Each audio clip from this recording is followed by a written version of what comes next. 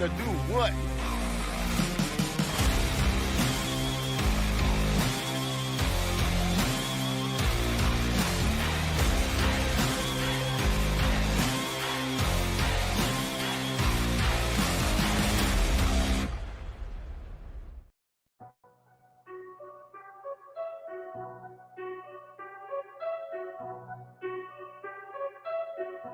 The last time just happened just a little over an hour ago, Trendsetter. And man, do we have lots to discuss. John Cena's final match in WWE.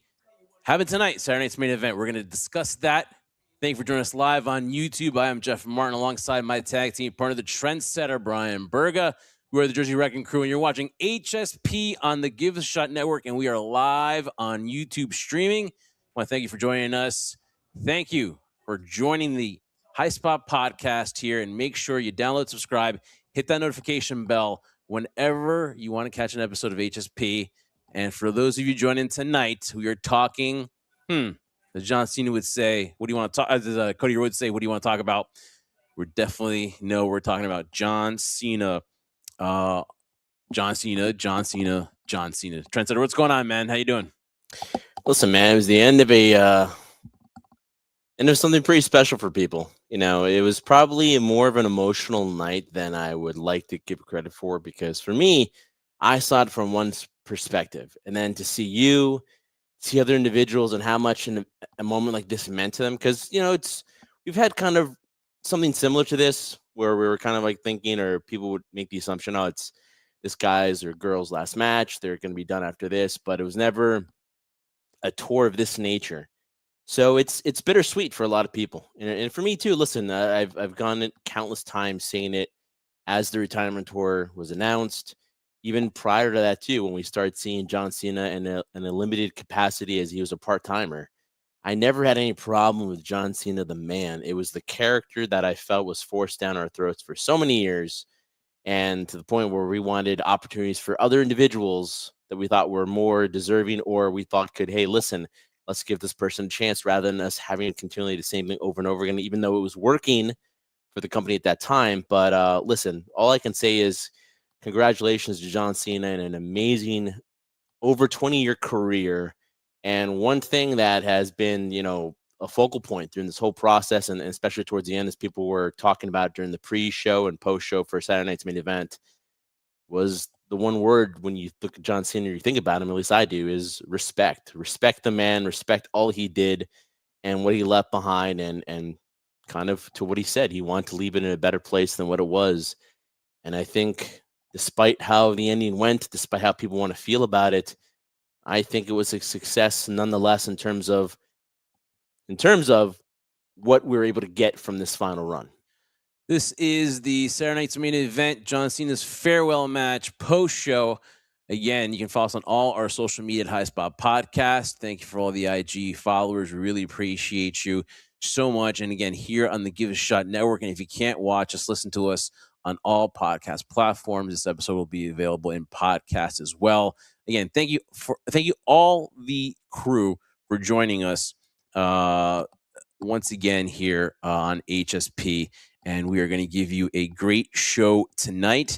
And obviously, there's one thing you talked about John Cena so well. Respect is definitely the word you think about John Cena, and that's it, man. I like, as we were getting close to showtime, I was really anticipating this, man. Obviously, if you follow our social media, we were really promoting this too, because obviously this doesn't happen it doesn't happen so often about someone leaving on their own terms. Again, John Cena would argue that it's not leaving under his terms, but you guys know what I mean. I mean, this is all a 1 year anticipation, and to believe how quickly time just goes by. And I think that's what I think for the older fans, for the older generations, they look at something like tonight, and a little bit of that childhood kind of like goes along with John Cena's retirement. So much to discuss. 4 matches, Trendsetter. We'll get to all that stuff, but it has to end and start with John Cena right now, because obviously, and I'm just amazed by just your capacity to book here, because you obviously were just very spot on here. Everyone is talking about the ending, the closing of the show, and should John win or lose. I think we all came to the point, and the reality is that this is the business. This is a passing of the torch. This is the way it's supposed to be. Nobody is different. If you want to talk about Hogan passing the torch to The Rock and Stone Cold passing it to The Rock at 19, and then you get all these things where uh, it's Father Time remains undefeated, and to think that John Cena would walk away as the winner here, it would have been great. The fans were just amazing tonight. But you have to do what's right for the business, man, and this was the right thing to do. When you look back on it, maybe in 6 months or so, you're gonna realize, hey, this is what always happens. This is a circle of life in pro wrestling. And while tonight you're angry, you're yelling at Triple H, you're cursing him out, people even yelling, "We want Vince." While Michael Cole was talking about John Cena and giving his final thoughts, even yelling AEW, AEW, you're going to realize that this is just the way the business goes, and it is a circle of life in pro wrestling. Listen, as much as I love wrestling fans, and I proudly say I am one of them, right? Sometimes they're going to chant some stupid stuff, and that was what ended happening. Listen, regardless of how the ending ended, what the end result was going to be, who was going to come out victorious, how one was going to lose, the manner in which they lost, you can book this any way you want, right? No one was going to be happy.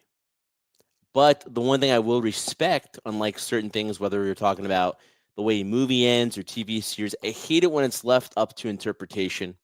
I hate when it's the decisions made to try to appease everyone. The decision was made in terms of how Triple H talked about it as he was getting booed viciously on the post-show panel. It's a time-honored tradition, right? I know a lot of people hate that expression, but it is true that when somebody's on their way out, you help push along, give the rub, whatever terminology you want to use in wrestling. I know wrestling purists hate using that terminology, but I'll use it anyway.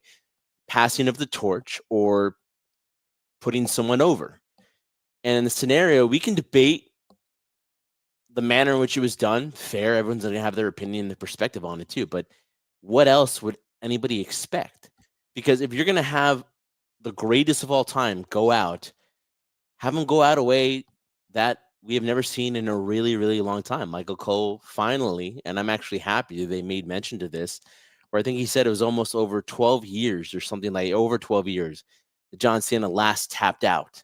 So thank you. At least there was the existence that he did tap out early in his career, but then from there, he had never been defeated by submission, though it's been pinned or a kibosh or, some schmaz or anything like that. For him to have that moment where he's struggling and fans are chanting Super Cena for the first time in my life, actually want Super Cena. And for him to give that smile to the camera saying, it's okay, it's supposed to be like this, and then tap out with a grin. What other way would you have expected him to lose? To give that over to Gunther. Now, Gunther's going to use that. Gunther's going to be there next week and the week after that. John's not going to be. So to me, it was the right call, it was the right decision. My only concern now, and again, we talked about this in during the show when we recorded during the week. What does this do for Gunther now? You're going to strap a rocket on his back because after a win like this, what's it leading towards for him for the Royal Rumble and leading to WrestleMania, which is down the road, believe it or not, in next year. So, but again, what were people expecting? Let me ask you this question, Jeff, too. If John Cena had won, would there have been an uproar of him coming out victorious in his final match? Would you have been satisfied with that ending? See, this is the instant satisfaction that people want. It's fine for today. It's fine for when I'm cheering. It's fine where John Cena's, they're putting the championships on his shoulders and he's celebrating. But then tomorrow, you're like, John Cena's not there anymore, but Gunther is. And then you have to well, how now do we fix Gunther here, who loses to John Cena? He's not here anymore. How does Gunther, get the payback? He doesn't. That's why you have to take your emotion out of it and you have to think about tomorrow. it would have been a beautiful thing, because I recall the only person that left winning that I can remember is Trish Stratus, and she was there in attendance. She beats Lita and she wins the championship. And that's the last thing I can remember. And for And I would John, add Edge. But Edge, he ended on top because yeah, he was forced to retire later on. But those are two individuals that ended up leaving on top. exactly. And again, different reasons. I'd like, you're right. Injury is one thing, because you thought he was going to be there the next day and the next day. But for John, who's not there, again, it's a beautiful moment. There's nothing the fans want to do is go home happy. But obviously, a special case here, because those fans were emotionally, that is as emotionally invested as I've seen an audience in a long time. They were rooting every second of that match. And the thing is, now as I see that match, I understand. It was like a tug of your heart. It's a tug of your emotions. You're rooting, you're happy, you're exuding this, like, he's gonna get out of it. He's not. And then of course the slow progression of the end of John Cena, that he's fighting out of it. It's classic Transitor. I mean, there's nothing that was new. There's nothing that new that you saw tonight. It was classic. The hero the hero dies on his sword. Super Cena, he got out of it, tried to get out of it, carried Gunther 260 pounds, 250, 260, whatever, and tried to get him off, and he couldn't at the end. And then the hero, again, the motto is never give up. But you know what? Listen, this does not hurt John Cena in any way. And John Cena realizes it's what you do. It's all that he's ever wanted to do is just pay it forward. And that's the best way he can do, because John Cena is done tonight, and Gunther's there on Monday, and the next Monday, and the Monday next, and the Monday after that, and a year from now, and 2 years from now. Yeah, well, in terms of comments we're getting here on this stream right now, you're seeing right now where people feel like, hey, they screwed up. But I would ask the question to you, and I would love members of the crew who are watching this live stream right now and responding. In what way? Because if John Cena wins, though, what does it do? I mean, listen, I know it's a fantasy story. It's fantasy booking, right? I understand and I get that, but like sometimes you don't get that storybook ending. And how many times have we seen in the past where people have retired or have left the company and they've put the other person over? So I don't understand. Listen, and maybe if you could further explain where they screwed up specifically. If it's just the ending, then I think it's not much validity behind that. If you can explain that a little bit more. But like, where did they screw up? Were we expecting John Cena to come back victorious in his final match and go off into the sunset with a win by not putting the other guy over? I don't know. And here's the funny thing too. I think a lot of things. I think you told me this, and we were talking about it too. What happens to Gunther if he wins, right? And what it happens is that he doesn't need to go for that title right away, because he has become the modern day legend killer. He's beaten Goldberg. He's retired him. He's beaten John Cena, retired him, two of the biggest names in pro wrestling. All right, let's be honest. Whatever you think of Goldberg, he's still a main draw for WCW. He's a legend. A legend. John Cena, people put him on the Mount Rushmore, a legend. So look at 2026 and the retirement tours, the alleged retirement tours that we're going to get. Brock Lesnar, AJ Styles, perhaps Chris Jericho. You can book a path for Gunther that he does not need to become or come close right now to the world championship because of this status that he's been given. Because in 2026, there are going to be a lot of legends who are going to be winding it down, and they will now most likely have to answer to the legend killer of Gunther. And it gives him a storyline, and it sets him up for perhaps maybe a SummerSlam or maybe next year's Mania, where he will be positioned in iconic status. And this is somebody that has deserved to be put in this position. You want to talk about his age, and he's not one of the youngins, fine. But look at him. He does not have a bad match, and he has gained this reputation of being a great old-time, old-school wrestler from back in the day, which is he is basically like a needle in a haystack now in the pro wrestling business. You have now created a storyline where this modern day legend killer now can go and retire your legends in 2026. I mean, the man is going to be booed on Monday night. All right. He's going to be booed out the building.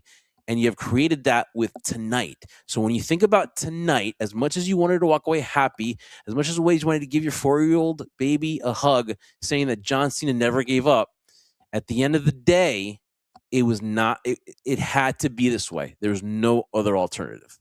Yeah, we have Smokey Stay Lit wrote, I'm gonna have to say that John would have wanted it this way. And he called the final shot on this. In my heart, I truly know that. I mean, yeah, I feel. I mean, listen, I think John is a traditionalist as well. I think this is what he wanted as well. I don't think he would have been content if they wanted him to come out with a victory. Um, him being a company guy, he would have done it regardless because that's the kind of guy he is. But I don't think he would have been happy, or that's the way that he wanted to go out. Johnny wrote here, no Randy tonight. Oh yeah, well no Randy. Johnny 3 Tier says no Randy tonight, and Sure.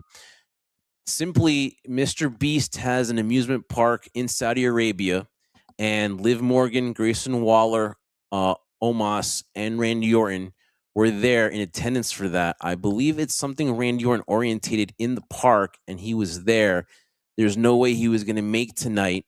A lot of people are like, how can you not be there? I get it. I totally understand, but it's a prior commitment. So don't kill Randy Orton for not being there. It's just something that was out of his hands.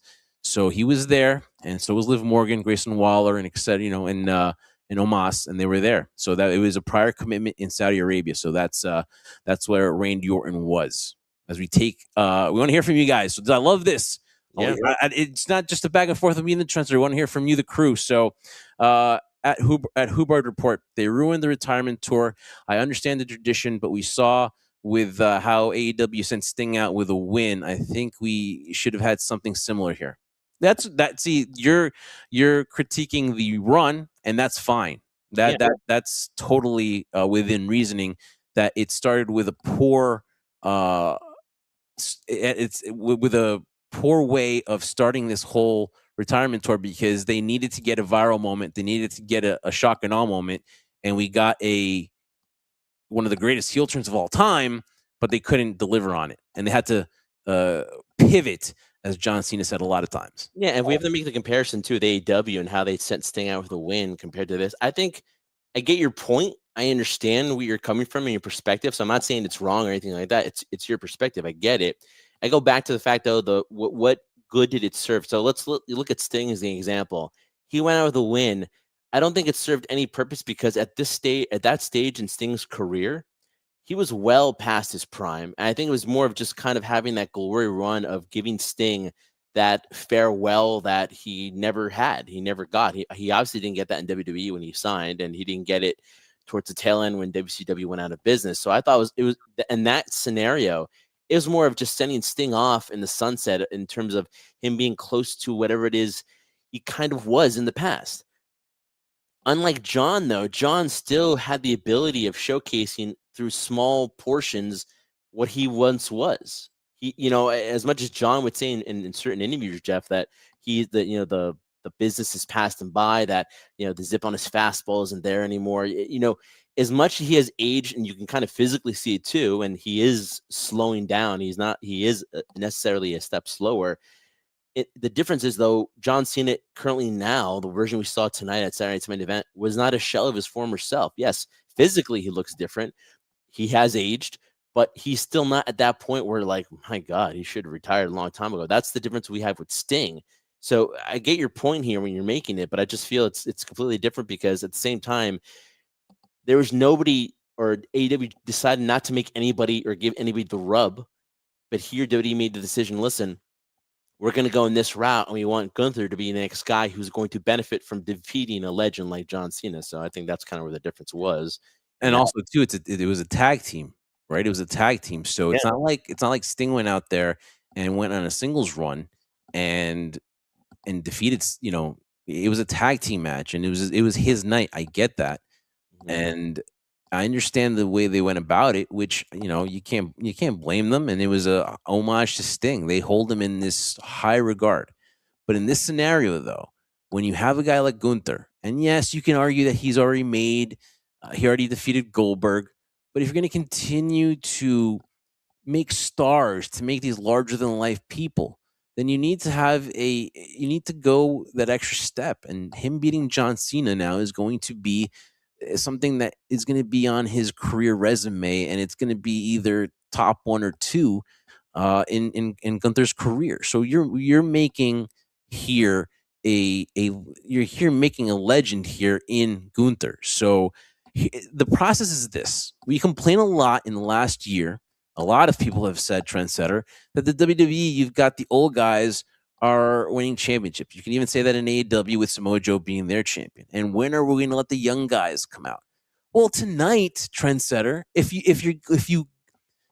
gonna live by this, if you're gonna stand on a hill and you're gonna proclaim this, that WWE is not making stars, then why do you get mad when they try? Is it under your terms? Is it on what you want it to be? Then I'm sorry. Then harsh reality is, if you had $6 billion bid on WWE, and then maybe you can go and book it yourself. I don't want to be harsh. I don't want to seem like I'm throwing any shade at anybody that differs from what happened tonight.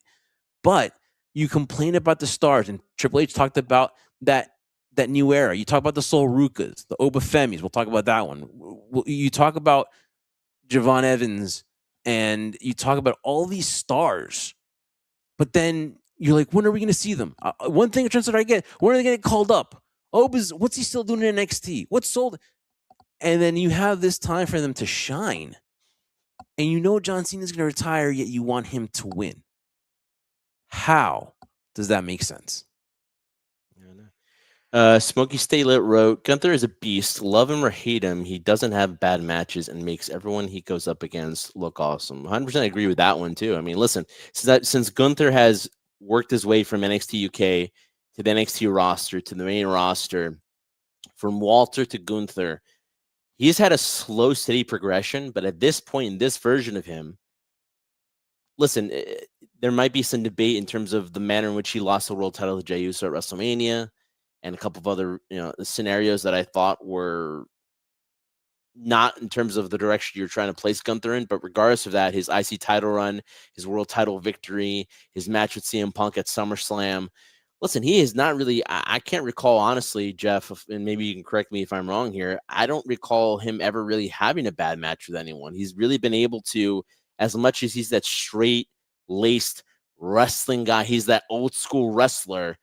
He has persona. He has an ability of an aura about him, charisma about him, and the fans just love to hate him because they just hate that so much. It was so interesting, Jeff. I don't know if you caught it too at the end of the match when it's all over. I think it was Michael Cole who said that.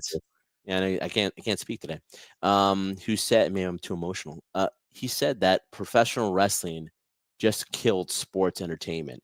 If you're gonna stay, I'm not too busy crying and hear that. No, that really. I know you were, and a lot of people in the room were too. I was the only one that didn't have tears in my eyes in terms of just listening to what they're saying, and I was like, wow, how interesting is that? Because when we really think about it, John Cena was the face of WWE for 20 years, over 20 years, and whenever you look at the John Cena, people weren't thinking about wrestling; they were thinking about, this is sports entertainment. He is a WWE superstar, and to make that comment that professional wrestling has now killed sports entertainment goes back to what Triple H just said too. Now we are done with a certain era. John Cena was the face of that era, and now we're moving on into a new one. Could it be more focused on professional wrestling and no longer sports entertainment? I don't know, but I thought that was an interesting comment that was made at the end of the match when, the emotions were going of the air being knocked out of the building. I really found that really interesting when he said that. I don't think. Listen, again, I saw this somewhere, and I've seen, honestly. Here's, guys, again. I've seen so many interviews. I think with Cena, there's one, and I've seen tons this week. Okay, there's one where it goes, WWE is going to always be about the E. Again, here I am. Bully Ray was talking to Kendall Gray that WWE is always going to be about the E and about the entertainment, the entertainer, because they were talking about Kurt Angle and why he's like, they were surprised at him being that much of a charismatic entertainer and being able to do that. You're always going to have to do that, but I think though this is going to be part of Gunther's way of building him up and being this professional wrestler. And I do believe too that professional wrestling did overtake sports entertainment tonight, because if anyone's been a sports entertainer, it's been John Cena. Yeah. And 23 plus years, man, he's been the personification. And whether we're looking in too much to what Michael Cole said, and that's in your terms to evaluate and dissect what that was that you think he meant. But I think this is going to fit more his persona and what he's going to look for, and maybe his vision. But listen, there's always going to be that E in WWE, the entertainment. So the entertainment factor, that's what makes them, different from everything else, right? Like your favorite saying, the 31 flavors of Baskin and Robbins. But that was a good take, man. That was to add that to that match. That was the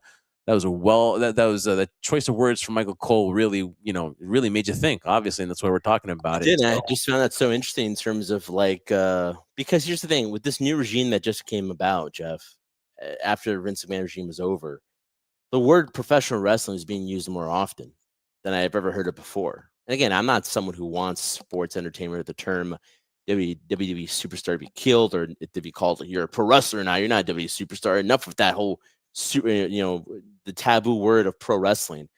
I like that it's included now, but that comment I thought was just really, really interesting, and think that maybe we're turning the page now to a new era where, not saying that they're not going to use the word sports entertainment anymore, but maybe the fact that maybe we're going to lean more into using that term, and maybe it's not such taboo anymore to use professional wrestling as opposed to what it was before in the past when people were trying to so badly get away from it because it was such a word that worked against the companies, whether it be WCW or WWE or any other company trying to make into the mainstream. So I thought it was interesting. So yeah, Smoky State Lit Road. Yeah, I heard that as well. But that comparison is interesting. It makes me wonder if they are going to play on that going forward. Maybe, who knows? Or maybe it was just right at that time.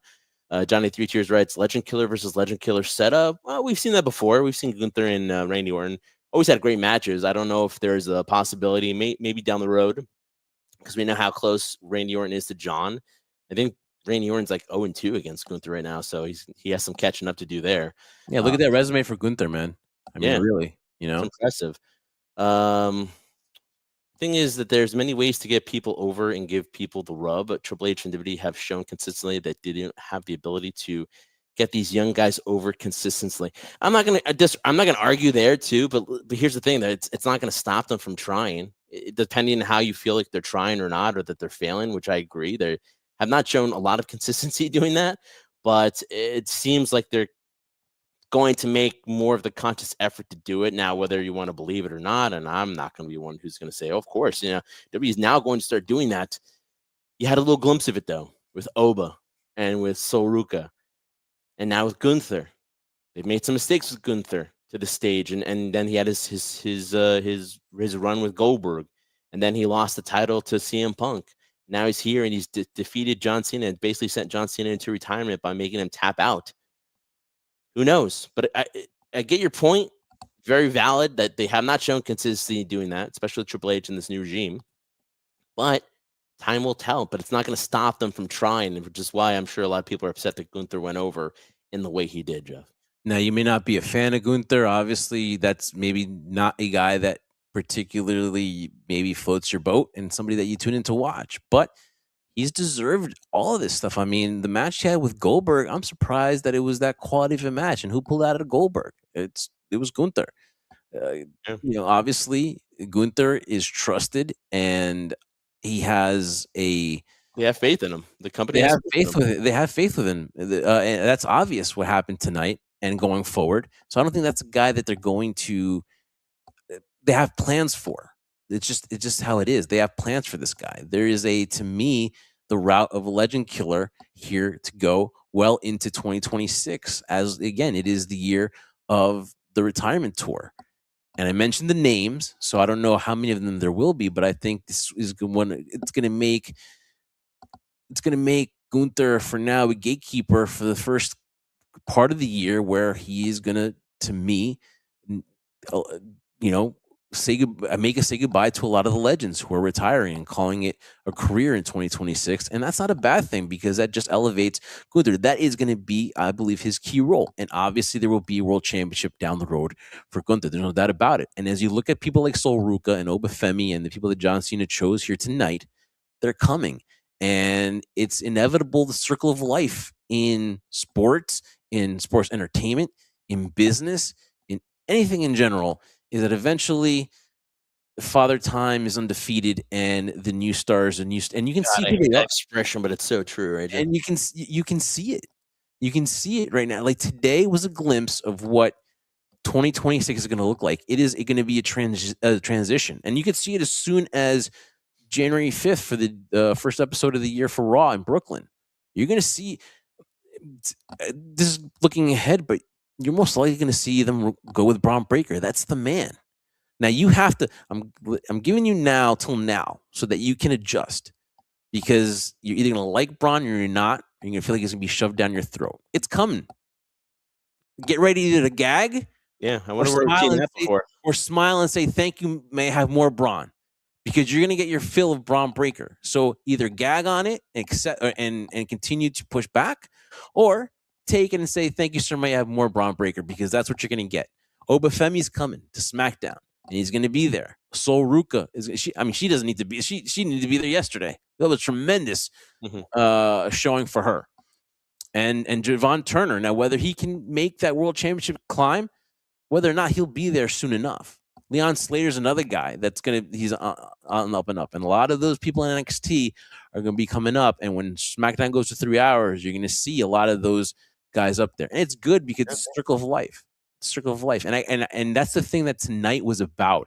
Tonight, John Cena represented that 20 plus years of those guys, the CM Punks of the world. You know what I mean? And Cody now maybe getting a little bit put into that a little bit, but he's still, he's 40. He's like a young 40, so he's still there. But he's going to be that guy too as well. That's going to be the next one to start passing torches, like in 2-3 years. He's going to be in that position as well. But you're seeing that, and it's funny. Like in Ruthless Aggression, you saw it, and you're like, God, man, do I miss The Rock and Austin? There's going to be a point in WWE where it's coming where you'll be like, oh, these guys, you want them to be there, but they can't anymore. And these are the guys. So you need to adjust because 2026, if not, it's going to slap you right in the face because that transition that Triple H was talking about in the post show, it's a coming. Yeah, and listen, there's always going to be resistance for that. There was resistance during the Ruthless Aggression era because we're just coming off the Attitude era, and through all the transitions too. I mean, listen, you talked about, like you said, Braun Breaker. You're gonna get sick of him. I've heard that before, right? I'm sure a lot of people were sick of Austin to a certain degree. A lot of people were sick of The Rock. I know a lot of people were sick of Triple H when he was so dominant for so long with the company, when he was the main guy. They were sick of John Cena. They were sick of Roman Reigns. Now they're getting sick of Cody to a certain degree because they wanted him to finish his story and get that opportunity. Now he's the champion, and now it's like, okay, well, the next guy's Braun Breaker. I mean, that's always going to be, like you said, the circle of life, or just the way the business or anything just runs. Everyone outlives their course, and it's just the reality that we deal with at times. We saw an example of it too. So, but this is the first time I can honestly say, and I think a lot of it had to do with the fact that John had gone on publicly about talking about his final match, not really wanting to be a focus on him. Which, again, if he really believed that, he's really naive to believe that, but wanted to be more about the future of it. And when we saw those glimpses of it with Sol Ruka, we saw Femi. Let's not forget Javon Evans and Leon Slater too, that the TNA X Division champion. Those are a small window with the futures. Now, obviously, Leon Slater is for TNA, but so with that partnership, there's going to be this transition, I feel, going forward as we lead into the next year's WrestleMania, where this is going to be a scenario where we're going to see newer talent. I hope we don't have the draft. I really hate that. I hope it's just the way it is right now. Just whatever person goes to the respective brands and just stay there. But no draft. I'm sick of it. But I think that's what we're going to see. And it's not going to be an enjoyable ride for some of us because we're going to like, no, we want Cody to be champion. No, Roman deserves a second run, or Orton still has a good amount left. why are you going to retire him? Or why are you bringing back Chris Jericho if he does come back? Oh my God, he's over the hill. Whatever. Listen, just be entertained by it, because at the same time with John Cena and some of these legends that you mentioned, Jeff, there's going to be a point where they're not going to be here anymore. And we're going to have to move on to the next level of talent out there. So I'm not saying love it, but get used to it, right? Let's be honest. The retirement tour is a way for WWE, and it just seems that it just has happened. And this is what the interest is. Their interest in Jericho has been to do a retirement tour, and somebody's going to retire Jericho. It's going to lead to a storyline where Chris Jericho's retired. That's what supposedly that's what has been posed to him. For Brock, eventually, that win against John Cena, as much as you want to bitch about it and you want to talk about how WrestlePalooza was the worst PLE in 2025, it had a purpose. Everyone's like, well, what does it do for John? It's building up Brock again.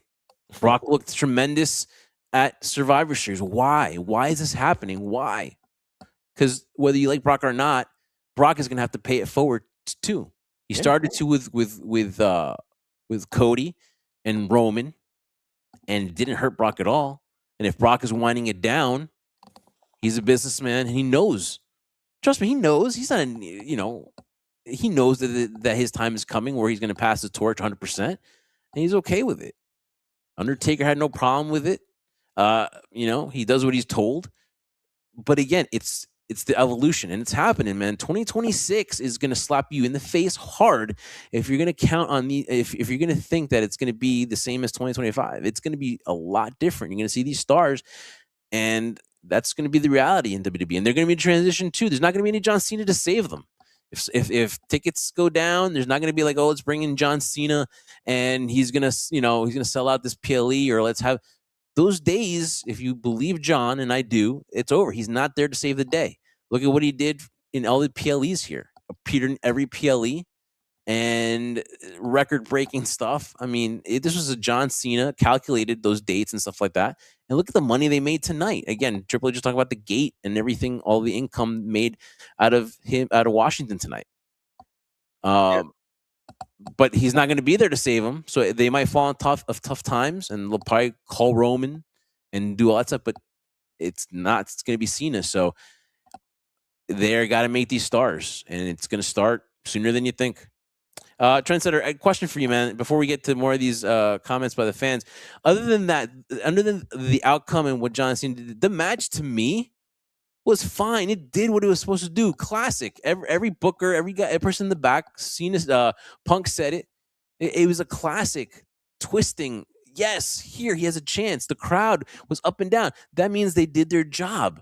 Yeah. I had no problem with the match itself. Well, the match itself, I really felt that it was going to early on, it was going to be like 80-20.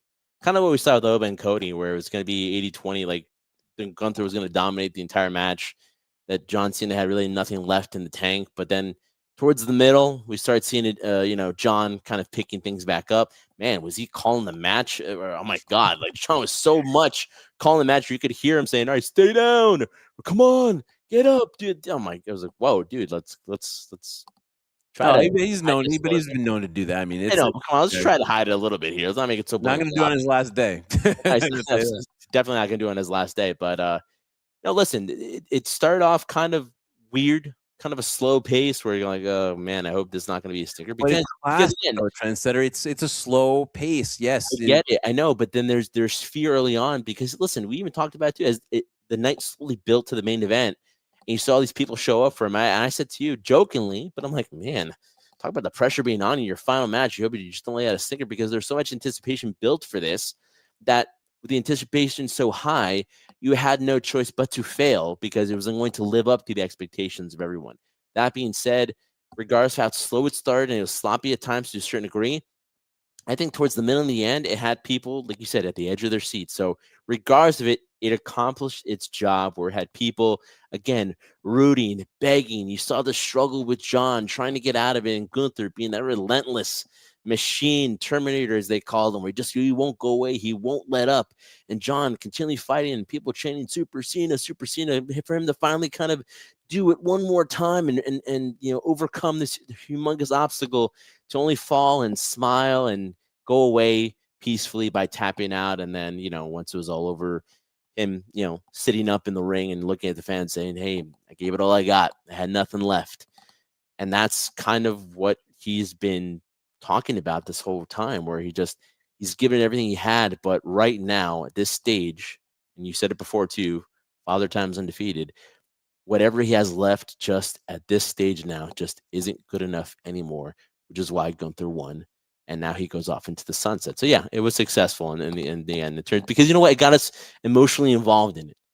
We were like, one, two, It did. oh. And you're like, oh, and it gave you the opportunity that he could win, and you fans were able to celebrate at the near pinfalls. And at the end of the day, the hero loses, kind of like Superman when he loses until the next hero comes up and picks up John Cena's sword. Who that will be, that's the $1,000,000 question, right? But again, we'll find out. But again, listen, I understand the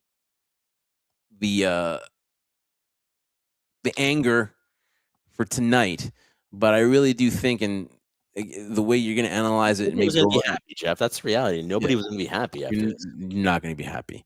Yeah. The giving up part, never give up. Well, the hero gave up on to the next person to pick up that sword for John Cena. That's going to be that face of the company, that super extreme baby face. That's his. It's his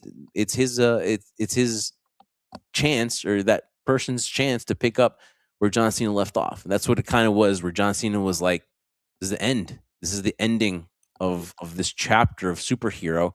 And now it's on to the next person to beat this super villain, this Thanos, right? That's they say Thanos. Yeah. It's up to the next one to defeat this monster, this person. That's how it is, man. All I can say, Jeff, is the old John Cena would have never tapped out. But the old John Cena. This old John Cena just didn't have anything left. It just Yeah. couldn't hold on. In a way, also, I think where the emotion comes from, Jeff, as well, is that when you look at John Cena, right, and we look at guys like Goldberg or Undertaker, Austin, Rock, Shawn Michaels, Triple H, just to name a few of these guys, right? We always want to view them of what they were and refuse to accept them from what they are.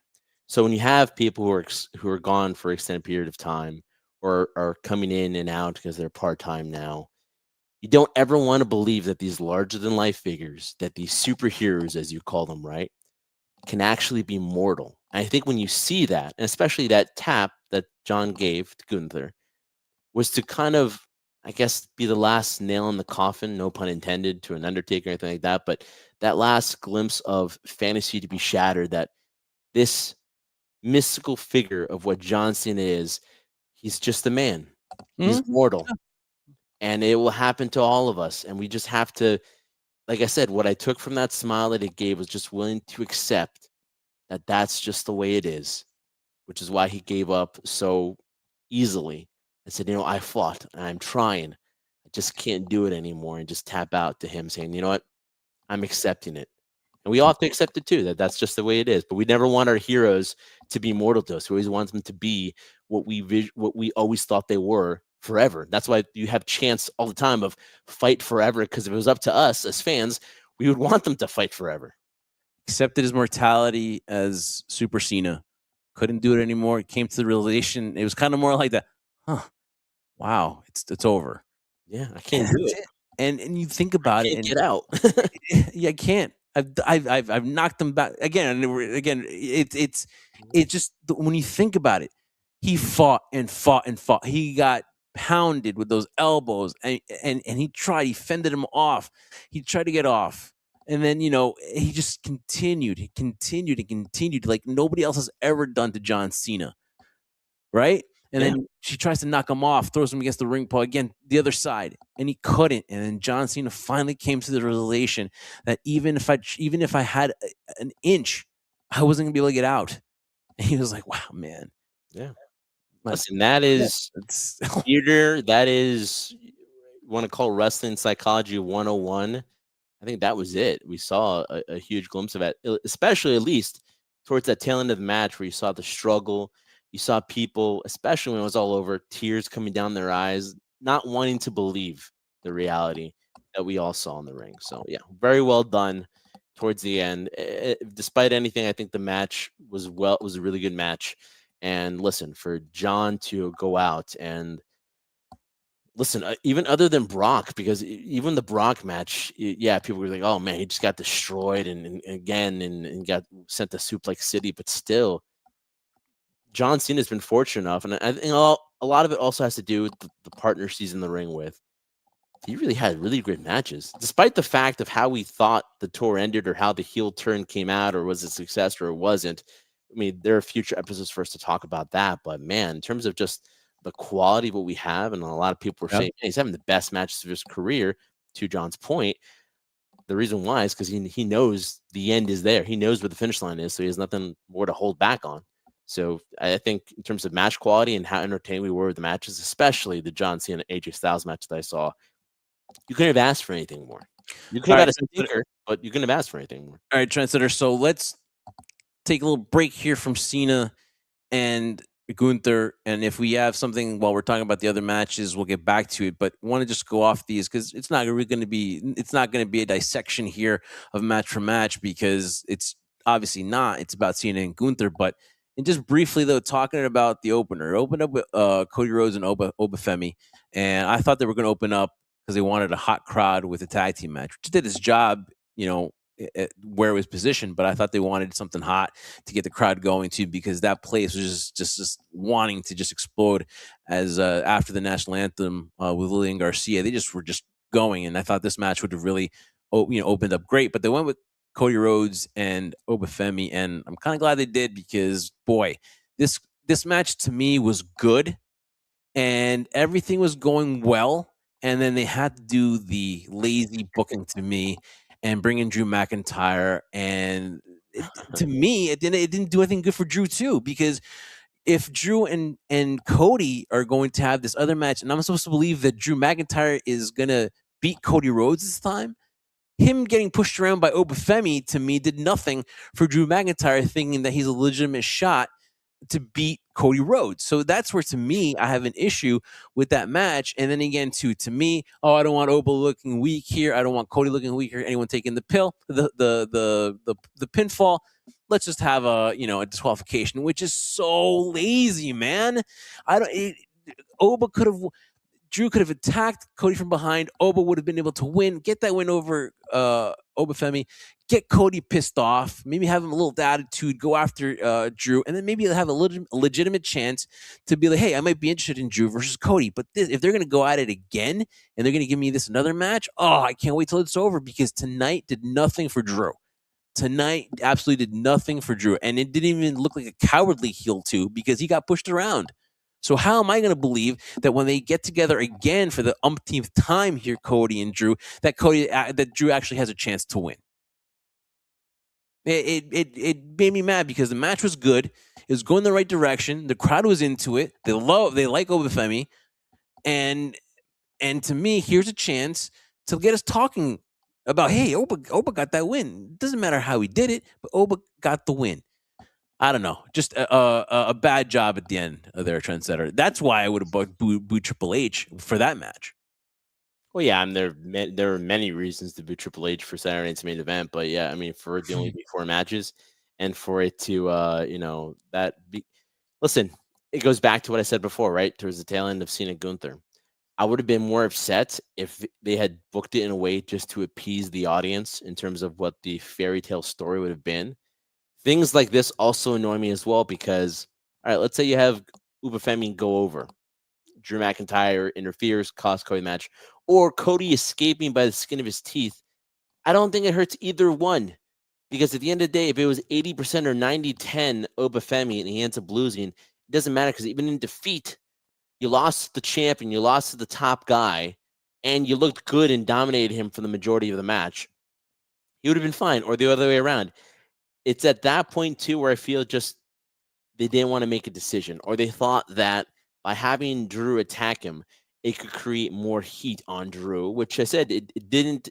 Now, I'm not going to say it in terms of like making him look weak and stuff like that, because at this point right now, everything I had so much enthusiasm for Drew McIntyre going into the end of last year into this year, and now seeing where it's kind of panned itself out, I shake my head. I'm like, what are you doing here? What are you guys doing with Drew McIntyre? It's just completely, to me, ridiculous, kind of embarrassing in a way, because listen, when you look at it on paper, Drew McIntyre and Cody and the story that they have within each other in terms of the history they have, that should have been enough.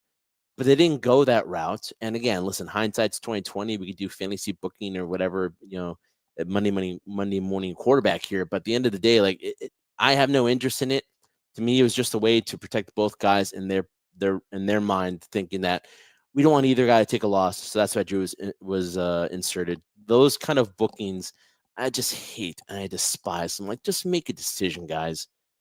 Just pick one and just go with it. When you do something like this, it's that, for me personally, you didn't have really an idea of where you wanted to go, and that's why you did it. So yeah, I wasn't happy with that. At the match itself too, I thought Oba looked amazing. I thought Cody did a great job with Oba. Cody got busted a little bit in the air. I don't know where that happened, where they got caught at the I end of think the it was table. on. Yeah, I think it was on the table. Yeah. Yeah, something like that. But still, Cody raising his hand, and then Oba grabbing Cody, bringing him back, and raising his hand. Good. I mean, it doesn't save what we saw, but again, both looked great, and I think it's not last we've seen it. And listen, as much as Oba looked good too, you also had to give credit to Cody. Cody really worked hard to, not that he had to, but I'm saying he really wanted to put Oba over and make him look good, and I think he really succeeded. So really happy with that in terms of that, the match itself, not the ending of it though. Again, that's again, we kind of agree on the whole Drew scenario, and I don't believe that Cody would have looked bad had he taken a lost Oba. Like I said, like And you want to talk about gatekeepers, Jeff? You know what yeah, we're gonna get to here. yeah, we're gonna get to this, and Sol Ruka and Bayley. And again, this is where 4 matches you're gonna get bombarded with the ads and just WWE stuff. And listen, maybe today not so much because they're doing tributes to John Cena, so that's fine. But again, if you watch the pre-show, you're like, I saw it already and stuff. So, but it's all the tributes to John, and then we get Sol Ruka and Bayley, and Bayley comes out with and she's become this. I don't know what happened with the whole kind of like losing it, kind of losing on the edge here on the cusp of kind of going a little bit crazy. Yeah. And I don't know if that's still something that they plan on doing, but now it seems like she's in a tag with Lyra, and that a lot of the women now are going for that tag team championship, which is a good thing to see the women's tag team division kind of have a lot of people vying for the tag team championships. It's something that you want to see, but it seems that Bayley has become, and listen, I don't have a doubt that they respect her, but I think she's in the view now of like the next version of Natalia. And then I'm interested in what happens with Natalia with this, with the Natalia Neidhart thing, with the Natty Neidhart. I'm glad that they're going with this, but it seems like Bayley is becoming kind of like Natty now, where, hey, who's going to take care of this young up and comer? Oh, Bayley. She's reliable. And, it's that thing where like the Miz is that reliable guy, where like he's become this reliable person where let's go through the Miz. If they can get through Miz, then we know that this person's on the right track. And Bayley, for as great of a career as she's had, it just seems that she's been now put into this role as a gatekeeper, reliable, and sometimes it's not good to be nicknamed that or have that reputation, because that's what you've become. There's no other progression.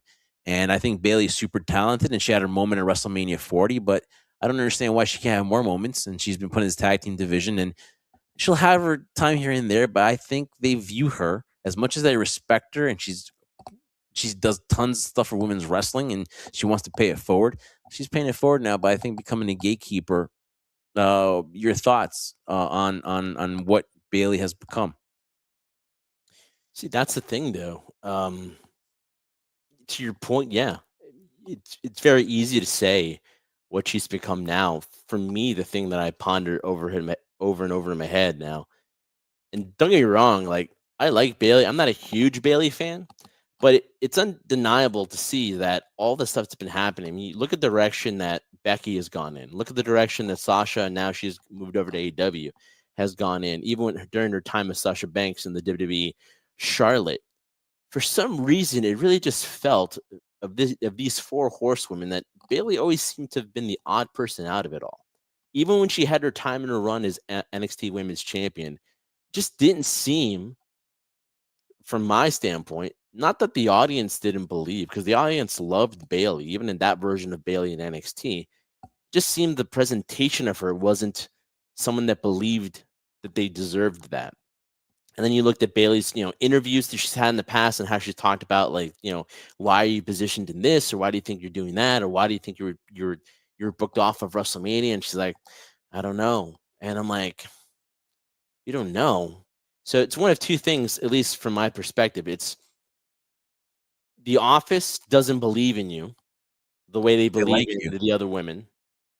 Like you or believe in you, I think just they don't believe in you, because if they believed in you, regardless of liked you or not, they would have seen money with you.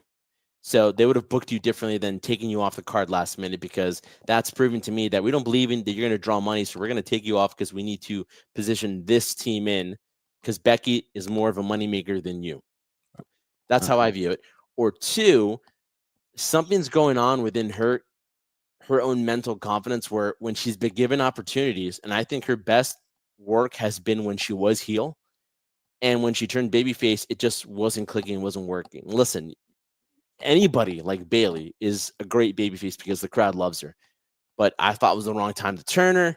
And even when she did get her moment at WrestleMania 40, there was no promotion for it. Yes, she got the title win, but there was no promotion for it. Like, you could barely tell who was going to compete for the women's or the WWE Women's Championship at that time. So listen, I don't know. I can't pinpoint on one particular thing. And when I look back on it, just for me, from my perspective as a fan, besides her being a heel, every single time I saw Bayley, it just wasn't believable enough to me. Could be a part of the booking that she was booked in, the positions that she was booked in. But as we talk about LA Knight, for an example, I can put Bayley in that type of situation where, like, it just doesn't seem like the company believes in Bayley right now, which is why she had to put over Sol Ruka. Nothing wrong with doing it. I don't think it necessarily hurts Bayley, but we're constantly seeing the scenario where she's nowhere near the title picture now. She's now been resorted. You could look at it as a demotion. I'm sure John Cena would say it's an opportunity for the women's tag team championships and to kind of bring up that division along with Lara. But okay, but you have Charlotte in that situation too, so it's fair to make that statement. But she never really had a run going for her, so it's like it's. I don't scratch my head thinking about it, but I'm just like, yeah, it's something that either she doesn't believe in herself, or she's pissed off people for some reason, especially that interview, or the fact that they just don't believe in her. That's what I get from it, really. I think Chelsea Green talked about this, where they talked about who she wants to be like. She wants to be like The Miz, because she's always going to have a role with the company. If they say, "Hey, I need you to do this promotion. I need this comedy act. I can do this the best."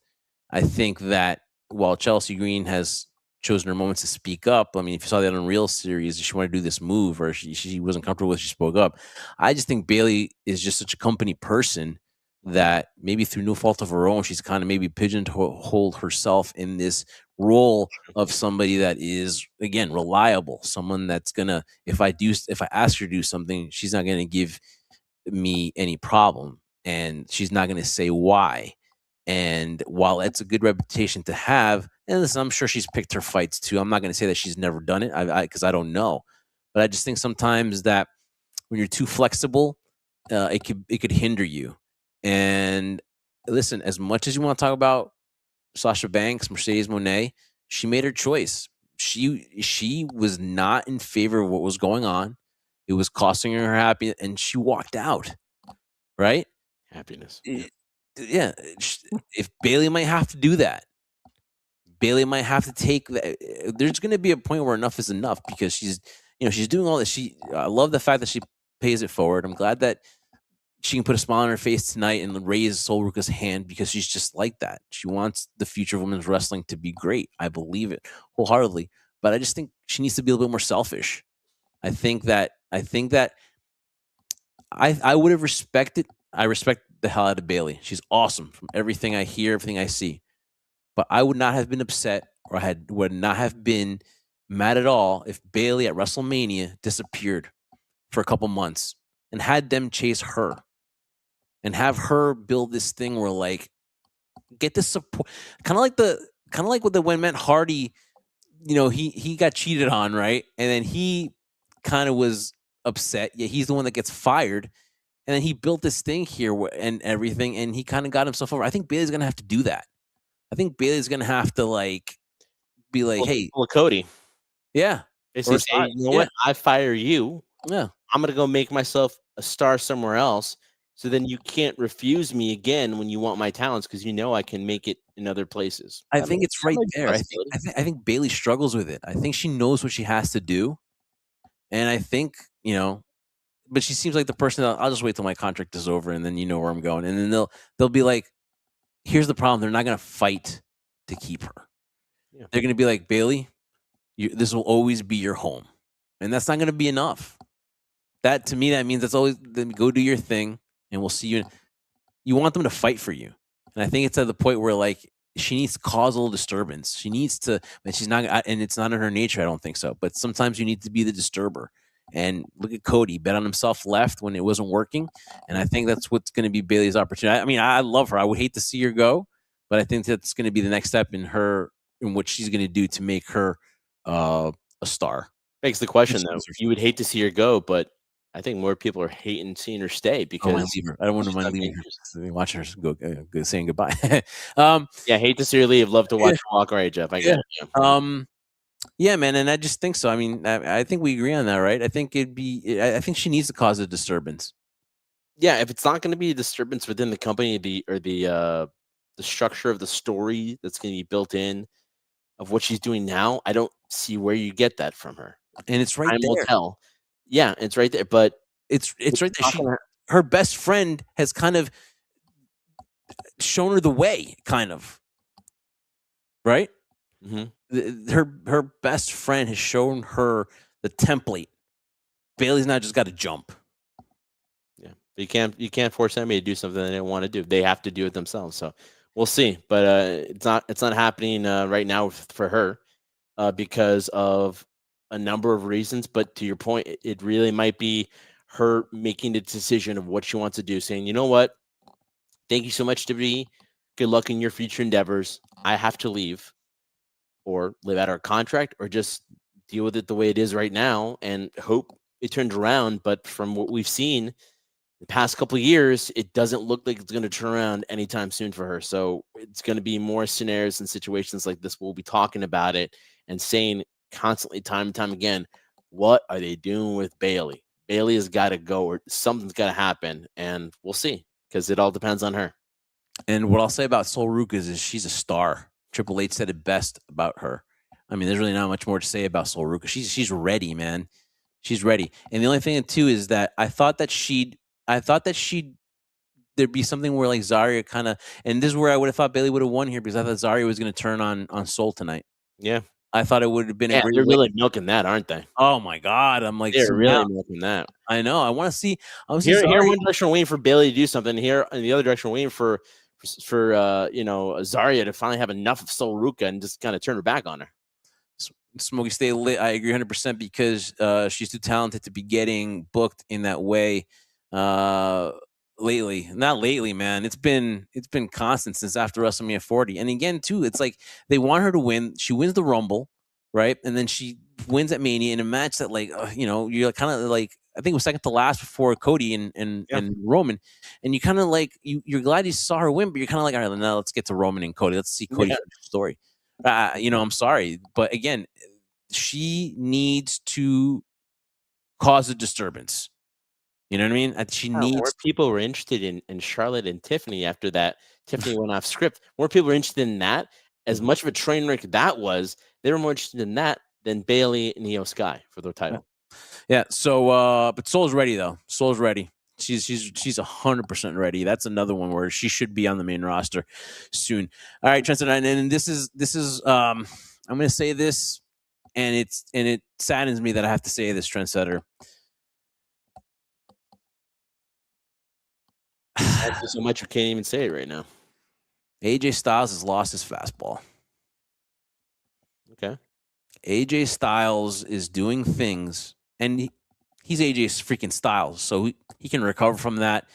but I know internally he believes that the decision he made, there's no ands, ifs, or but about whether AJ Styles made the right move in saying that he's retiring in 2026.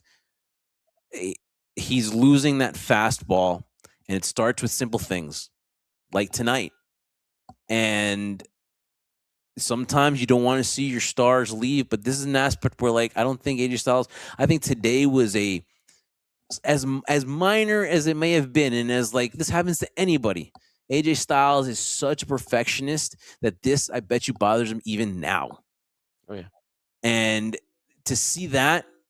And the significance of what tonight meant, especially for AJ, he's on the card with somebody that he has the utmost respect for in John Cena, and I'm pretty sure he was like, I'm in the ring with these 3 studs, and AJ Styles, it's like second nature. AJ Styles in it too, freaking great. But tonight, we saw it, and it was like, man, as much as I want to see AJ, I think AJ made the right decision. I think it is time for him to step away, because I'm pretty sure he's going to look at that and be like, see, that's why, because this is not acceptable as AJ as the AJ Styles performer that we see. What do you think? yeah, man. Listen, referring to that mistake that happened towards the tail end of the match, where he was about to attempt to do the phenomenal form and then slipped on the rope and completely fell, and I hate to use the word botch, but it's true. He kind of botched it, and they were able to recover from that and go in. But then when the match was over, finally, him going over to Leon Slater and apologizing, I'm sorry, and him, definitely cursing underneath his breath, pissed off of what had happened. Listen, if I'm going to focus on that particular one messed up move, Jeff, and say he's lost zip on his fastball, I don't think that's fair. I could see your point and where you're making. And listen, as much as I don't want to admit it too, I just think the reason why I think AJ should be done by 2026, at whatever time 2026 is, whether it be Rumble or Mania or after that, I don't know. I'm thinking it's going to be Mania. That's my perspective. That's where literally everybody should retire if they're going to. Yeah, that's what I feel too with him in terms, because we've reached this point. Why end before WrestleMania? Unless he's not on the card, which is scary to believe that could be a possibility. Because here's the thing. The way he's been booked since he came back and wanted to give it one more go. And the match he had with Cody, he turned heel, then became babyface again, could still go, had really good matches with anyone. But then if I'm going to focus on this one particular mistake that he made, okay, I could see where you make that point. But to me, the injustice, and listen, John Cena even mentioned this on one of our good friends, Chris Van Vliet, who's been on the show before, and said that he went to AJ once during this whole retirement tour and looked at him and said, before their match in Perth, right? In Perth, Australia. No, in Paris. No, it's Paris. Clash in Paris. Well, wasn't their last match in Australia? What, AJ Styles and John Cena? Yeah. No, this is in Paris. Okay, it was in Paris. Sorry. Yeah. So in Paris, my mistake. Thank you for correcting me. That's why I wasn't quite sure. But listen, even that said to him, do you think you could do a tour similar to me? Because I'm pretty sure people would want to see you in the same position and would pay to see you. And he would turn to John and say, dude, I'm 48 years old. He knows the end is near. But the way he's been booked right now is kind of a shame, because he has not been used to what I feel his standard should be. To put him in a tag right now, nothing against Dragon Lee here. Actually, no, Perth. Trendsetter. Before, you're right. Perth. I'm sorry. I was thinking. No, I was thinking about the match where AJ Styles had, where they were cheering his name and everything. So yeah, they did. Oh, yeah, that was the match with Cody. Perth. Yes. Apologies. Right there. So go ahead. No problem. So yeah, okay. So, but the point of that is that was an amazing match. That proved to me that he can still go, because you know what? He carried an older version of John Cena. So I think he could still go there. I just hate the way he's been booked right now, because he's been booked in a scenario where he's been not on Raw. He hasn't been on SmackDown. He's now in the tag team, so now he's there a little bit more consistently. But come on, at this stage, I don't want AJ in a tag team. I want him. Now, if it's their reasoning that we want him in a tag team because we want to elevate the tag team division, well, you had how long to do that? And you're going to waste the final run of AJ Styles to help booster your tag team division on Raw? Give me a break, man. So that's where I think it's justified for AJ to say, you know, I'm done here. Because if he were to extend and go into 2027, God knows he'll be opening up matches and being a gatekeeper, and I don't want that for him. So I'm not going to agree with you here where he's lost zipped on his fastball because of that mistake. It happens to all of us. Now, if that it starts to continually happen, where he's a step slower, it seems like he's second guessing himself. That's when I'll agree with you. But at that point, I'm not going to say that one botch is he's pissed. He was annoyed by it, but I'm not going to say that's the reason why he needs to retire. He lost any zip on his fastball. A bad day at the office, we all get it. But at the same time, when let's say, for example, Jeff, right? You like baseball, right? You're starting Has pitchers. Shawn Michaels ever had a bad day at the office? Yeah. Can you think of a Shawn Michaels botch? Jumps off my head, right? SummerSlam Who, with who, do Vader. we, who do we compare? Well, I mean, was that Vader's fault though? No, but it was a bad day at the office. He missed the spot. He's supposed to be the general in there. He's losing control. Listen, for me to think off the top of my head, okay, well, let me ask you this question, Jeff. Right, to answer your question, when's the last time Shawn Michaels had a bad match?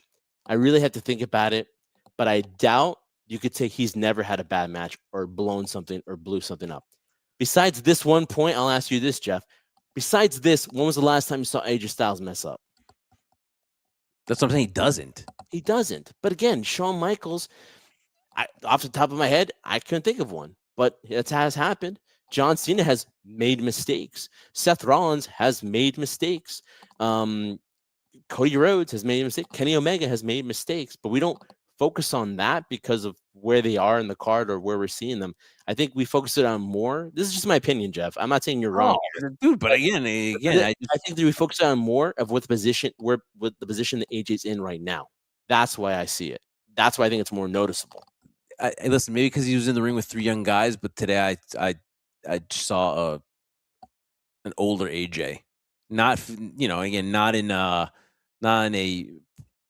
just moving around and in that match. It just seemed like I just think that there you go. Listen, we are human. I'm not saying, but this is AJ Styles, who again, maybe I'm thinking AJ Styles 2015 Tokyo Dome, that AJ Styles Bullet Club guy, and obviously we can all slow down a little bit. But I just think today was like, that really, especially with everything that was on the line tonight, as far as like it being John Cena. So I'm pretty sure it bothers him. But I think that this might be the beginning then of that fastball being lost, because between here and I'm not saying AJ's been thrown 98, but I'm saying maybe 92. 92 there. I'm going to say. So that's just my feeling. We're all entitled to a bad day, but AJ Styles, obviously, as a pro wrestler who holds himself in this high esteem, I'm pretty sure tonight is going to be one where he's like, I think I'm not. I don't think I'm regretting my decision in walking away in 2026. So that was just I won't disagree with you, and I just think it was just a bad day at the office. I don't think it's any proof that his skills have diminished as noticeably. Now, I'm not going to sit here and say, though, he's the same AJ Styles as he was 3 years ago or he was 10 years ago. That's completely wrong. I'd be a fool to make that statement. But I think that's just a mistake. If it's an indication or an opening in terms of, the possibility that, yeah, it's the beginning progression of him being a step slower, yeah, it's a fair point. But I just didn't think it was a bad day at the office. That's what I really think. It's a bad day. All right, trendsetter. So because this was John Cena's final match, and there were just so many things, kind of wanted to go off and talk about other things, but it's just impossible, and we'll get to it towards the end of the year. But going back to the John Cena match and looking back on it, now that we've talked about the other matches, and again, the only gripe I have to me was no issues with Bayley and Soul. No issues. Oh well, obviously, besides that, because we got into that, the tag team match was good. It was exciting. The fans, this was something that, this is Javon and Leon Sledge as a tag team would be great to start them. I know he's TNA contracted and everything like that, but when Javon is ready, I think, on SmackDown or Raw, hopefully he's on SmackDown because they're going to go to 3 hours next year. So obviously, you're going to need talent to come up there. Maybe Javon is ready. Maybe Javon Evans is ready. Maybe not yet. But when he does come up, he's going to be just amazing. So we'll see. But obviously, there's so much potential in him. Dragon Lee, I think it's been a blessing that he's been in the tag team with AJ because it's made him relevant. And listen, he's amazing as well. And now he's opportunities with AAA, so he's going to be around too. So I think that whenever he does become a free agent and whenever he does, I think it'll make it more appealing for him to resign because he's being showcased. And I was worried about that because this guy is a star as well. And I just think that the match was really good too and exciting. And unfortunately, I'm sure this is bothering AJ, but otherwise, it was a very entertaining match. You know what I mean? So and then AJ, a professional, goes up to Leon Slater, and obviously this is there was that tease of having the individual matchup eventually, but I don't think we're ever going to get that. But yeah, you know what? AJ owned it, and all in all, though, it was a pretty decent match. But going back to John Cena, Trendsetter, and Gunther, we talked about the storytelling. We talked about the match being good in general. John Cena comes out, that crowd. I think that was the biggest pop all year.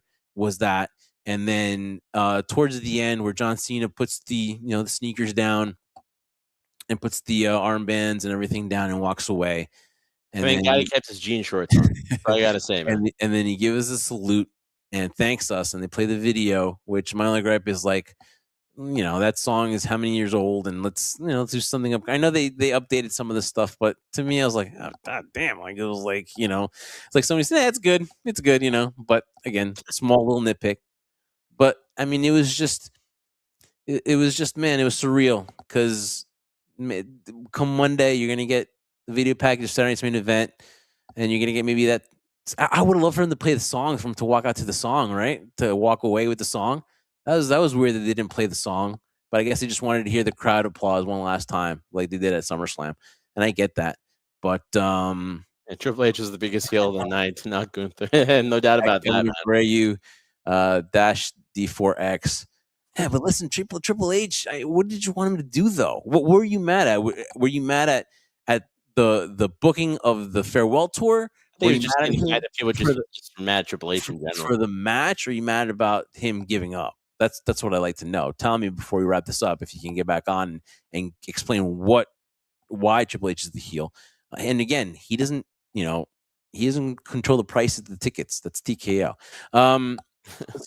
So yeah, I mean, like, I don't know, but it was surreal, Trendsetter. It was a surreal night, and close a chapter on an era of John Cena, who you can argue is on the Mount Rushmore of pro wrestling, sports entertainment, or if you want to say WWE, or if you have a gripe that he's not the greatest of all time.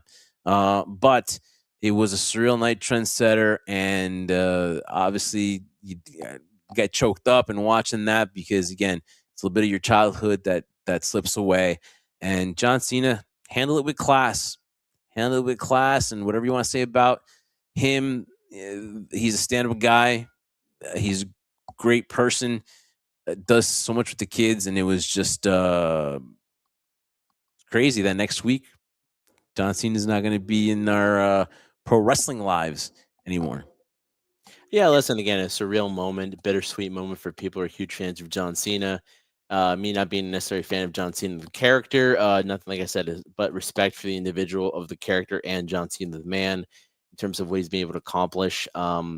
Before I make my final point on it, I just wanted to say what I did like about it is when they did make the package and they put it the video where they showed John to look at the screen on the top of the arena.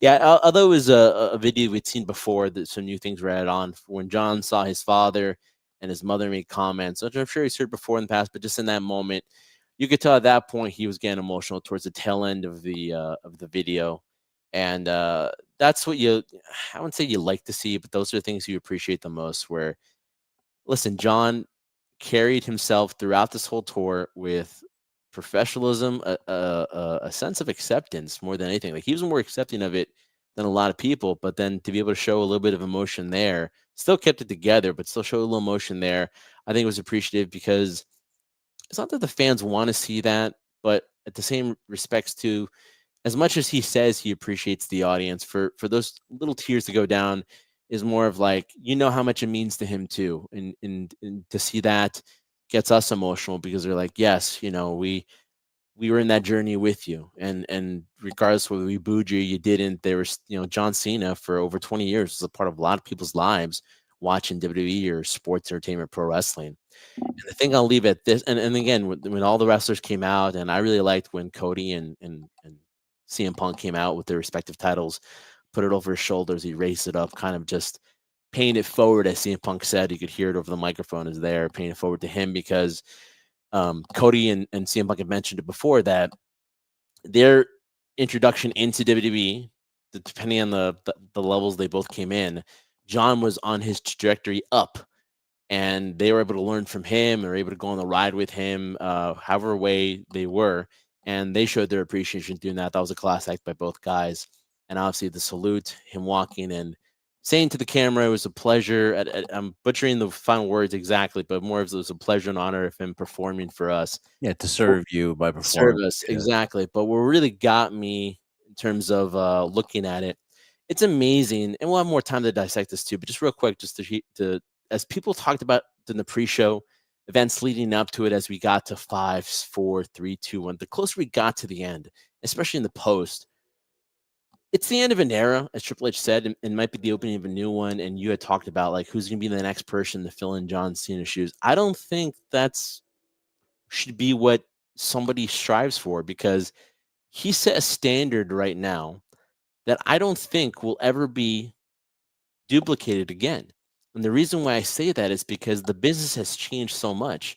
You're not doing house shows now every single week. You're not on the road 5 days a week, off 2 or 1. The schedule and dynamic of sports entertainment slash pro wrestling has changed drastically now, where the longevity of the athlete is there now because they're not on the road as that often, or they're not punishing their bodies or have time to recover. They're not doing that grind, because John Cena said too, he'd do 200 dates a year, 250, 260, easy for over a decade, over almost close to 15, close to 20 years. And then last year, the most person that did more dates on live appearances and TV shows was LA Knight, and his number was 70. That's a drastic change. So for somebody to set the bar and do everything to the level what John Cena did, I think right now, currently, and I say this very safely when I say it, I think it's nearly impossible to do that. For somebody to reach 18 world championships, I also think will be very difficult to do, because although the longevity will be there, now it seems like it's going to be, as we've seen this as an example of tonight, that these newer stars are coming in. So guys like a Cody or a CM Punk or a Roman, the only closest one is a Randy Orton, could get to that. The window is shrinking down, and I don't know if you can do similarly what you did with a Roman Reigns and have somebody as a champion for that extended period of time, and then once they lose it, they got to catch up and start winning championships left and right. I don't know if that will be duplicated again. So it's definitely the end of an era. Somebody like John Cena, who set the bar so high right now that that's the standard nowadays. When people come into the industry, they will know that. I mean, they talked about gorilla position. They talk about, Mean Gene Okerlund position there on Sunday Night's Main Event, where they're standing there on top of the illuminating stage for the audience. I think I don't have a name for it too, but I think when people say, "Hey, I want to be the guy," hey, I want to be the standard bearer. The bar is the John Cena bar, something like that, because But that's then, like you said, though, you kind of want to, if you do that, you want to be, you want to be your own person. You know what I mean? You want to chase what he's doing, but you want to, again, do it as yourself. It's chasing something that's, like you said, it's the bar, and it's just different though. So you're right. I do agree with that on that aspect too. So it's gonna be interesting to see. I don't think there's anybody in double digits besides Randy and Charlotte. I don't think anybody is. If it's not them, I don't think anybody. I don't think Roman's in double digits. Obviously, Cody's not. So it's gonna be. If it's not them, then we're gonna be waiting a while of who's going to break that record for world championships. And John Cena wants to see that record broken. He says he doesn't want to be in the ground when that record is broken. So we'll see if Charlotte Flair will do it. But again, the future's coming, folks. As soon as January 5th, Triple H said it's a new era. Now he says a lot of things, so we'll see if we can believe him. But obviously, this is WWE's chance. By the retirement tours that I mentioned before, this is their opportunity to do it in a certain way. That's why I believe they have interest in certain people that are not with the company right now, that they do these things so that they can pay it forward. And I think this is the easiest way to do so, to pay it forward by these retirement tours and having retire legends. So right now, Gunther's on that trajectory of being that legend killer, take the mantle of Randy Orton and be even a bigger legend killer than Randy Orton. That's just how it felt to Gunther. Goldberg, John Cena, a lot of people's names are next. As we close out the show, we want to thank everybody for joining us here on the HSP podcast. But I also want to thank last couple of weeks, we've been kind of doing the end of the year awards, and we want to make it interactive. And you guys have voted for SmackDown and Raw of the years, and we'll reveal. You guys know because you guys voted interactively on social media who the winners were. There was clear cut winners, and you guys obviously went with the flow, and you guys wholeheartedly believe you have your Raw of 2025 and your SmackDown of 2025. We'll reveal them, and we'll progressively reveal ones more interactive for you guys, and we'll place them.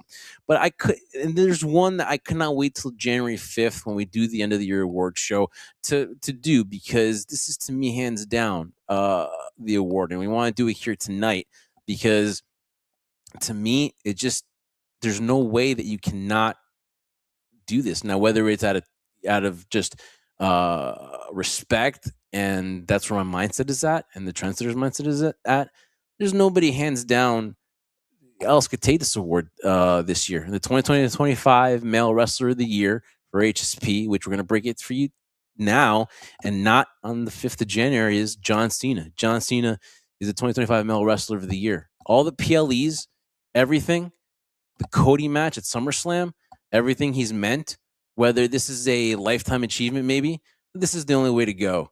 HSP Podcast presents John Cena with the 2025 Male Wrestler of the Year on the Give a Shot Network. And we just want to, that's our way out of respect for John Cena for everything he's accomplished.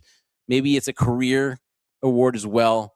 But to me, you can argue with me, but John Cena is the 2025 Male Wrestler of the Year for 2025.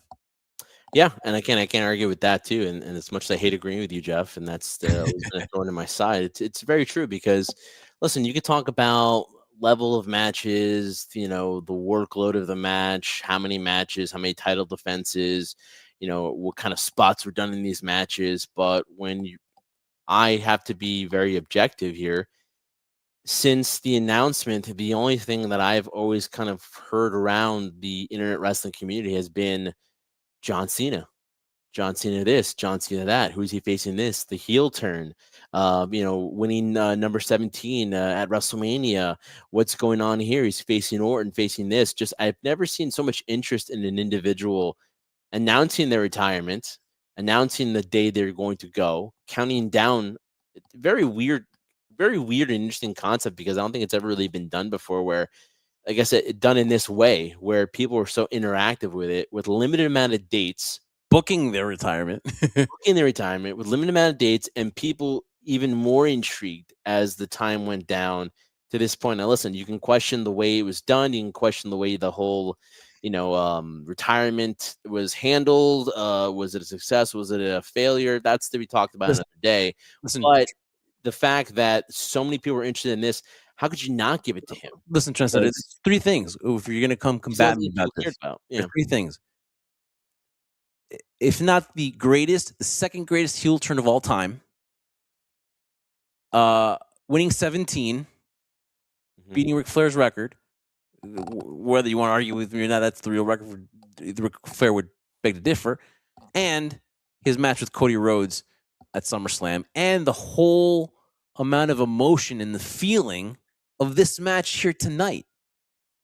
He took you on this roller coaster. The fans were exhausted. The reaction, he caused you to feel. John Cena is the 2025. All the PLEs, John Cena is the 2025 Male Wrestler of the Year. Yeah. That's good. Guys, we want to thank you so much for tonight. We love going live with you guys and streaming. Thank you for the interaction tonight. Truly appreciate it. Yeah, we love the comments. Love the interaction. That means you guys are paying attention and you guys have lots of fun in your mind. And we're here for you guys to debate and to listen to you guys. Now, let's understand real quick. It's an open discussion, guys. It's never who's wrong, who's right. We love to hear and love different perspectives. And if you can further explain to us as we explain our perspectives, that's what we want. We want to interact with you guys, the crew, because you mean so much and you're so vital to the success of what we're doing here. And if tonight you still believe that they made the wrong decision, feel free to do it right ahead. We just think that today it was a hard choice, but had to be made, and it pays it forward to the guy that's going to be there Monday night. And Gunther will be booed out of the building on Monday night in Hershey. All right, guys, thank you for joining us. Thank you for joining us here on the HSP podcast. Again, thank you so much. If you can't listen to us, make sure you, if you can't watch us, listen to us on all podcast platforms. Thank you for following us on all social media platforms. Trendsetter, close it out like you do so well. Well, guys, there's been an end to John Cena's career, there must be an end to this stream. It's just Father Time. The clock is undefeated, right? So we're not going to fight it here, but we appreciate you guys. As Jeff has mentioned, always your enthusiasm, your feedback, your comments, just your interaction with us, guys. We just appreciate it. Again, because how I say it towards the end of every stream and episode, it's the truth. So for that being said, for my tag team partner, Jeff Martin, I am the trendsetter, Bryan Berga. We are the Jersey Wrecking Crew, and this is the High Spot Podcast post Saturday night's main event, full show recap reaction of John Cena's final match. So, John, from us here at the High Spot Podcast, since everyone here, the crew, we do this for one reason and one reason only. We obviously do this for you, the crew, but more importantly, and I think it's just apropos here, for John Cena, a final salute to you, my friend. Thank you so much for everything you've done. It's been greatly appreciated. Hope you enjoy that sunset, and you've earned it, my friend. Thank you, Cena. Everybody got